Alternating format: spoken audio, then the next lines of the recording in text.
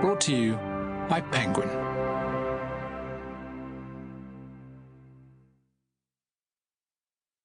The Lost Pianos of Siberia by Sophy Roberts.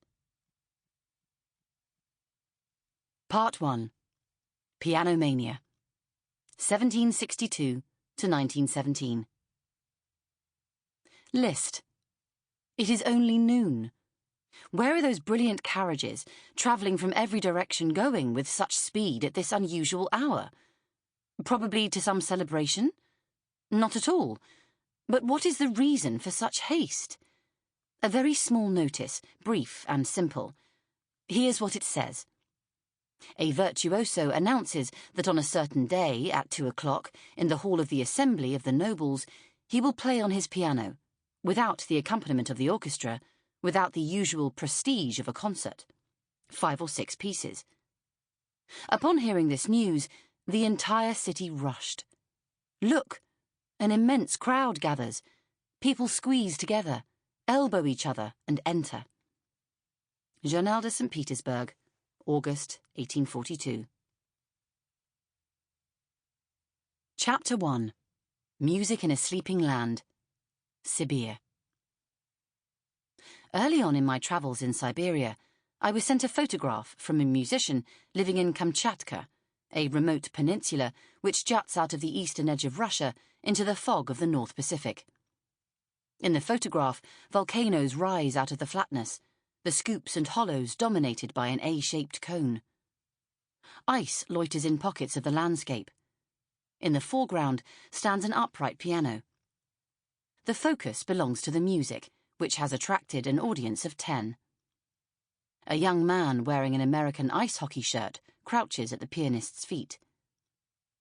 With his face turned from the camera, it is difficult to tell what he is thinking, if it is the pianist's music he finds engaging, or the strangeness of the location where the instrument has appeared.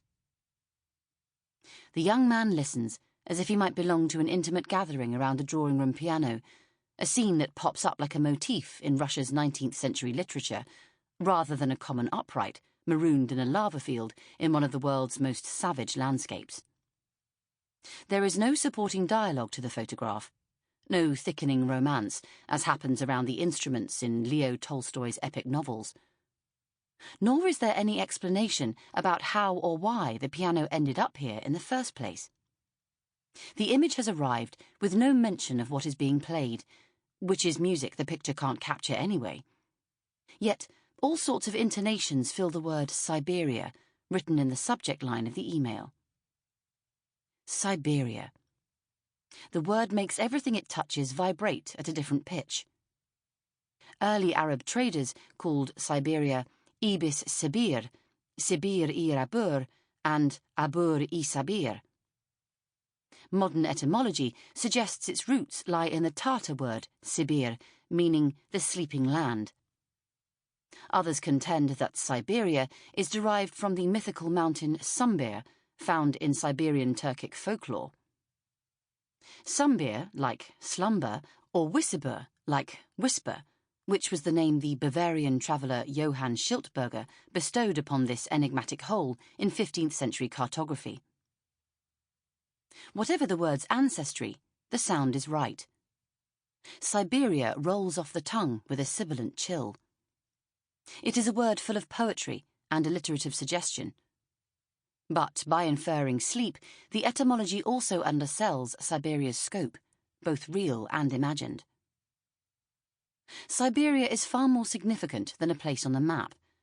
It is a feeling which sticks like a burr, a temperature, the sound of sleepy flakes falling on snowy pillows, and the crunch of uneven footsteps coming from behind. Siberia is a wardrobe problem. Too cold in winter and too hot in summer, with wooden cabins and chimney stacks belching corpse-grey smoke into wide white skies. It is a melancholy, a cinematic romance dipped in limpid moonshine, unhurried train journeys, pipes wrapped in sackcloth, and a broken swing hanging from a squeaky chain. You can hear Siberia in the big soft chords in Russian music that evoke the hush of silver birch trees and the billowing winter snows. Sample complete. Ready to continue?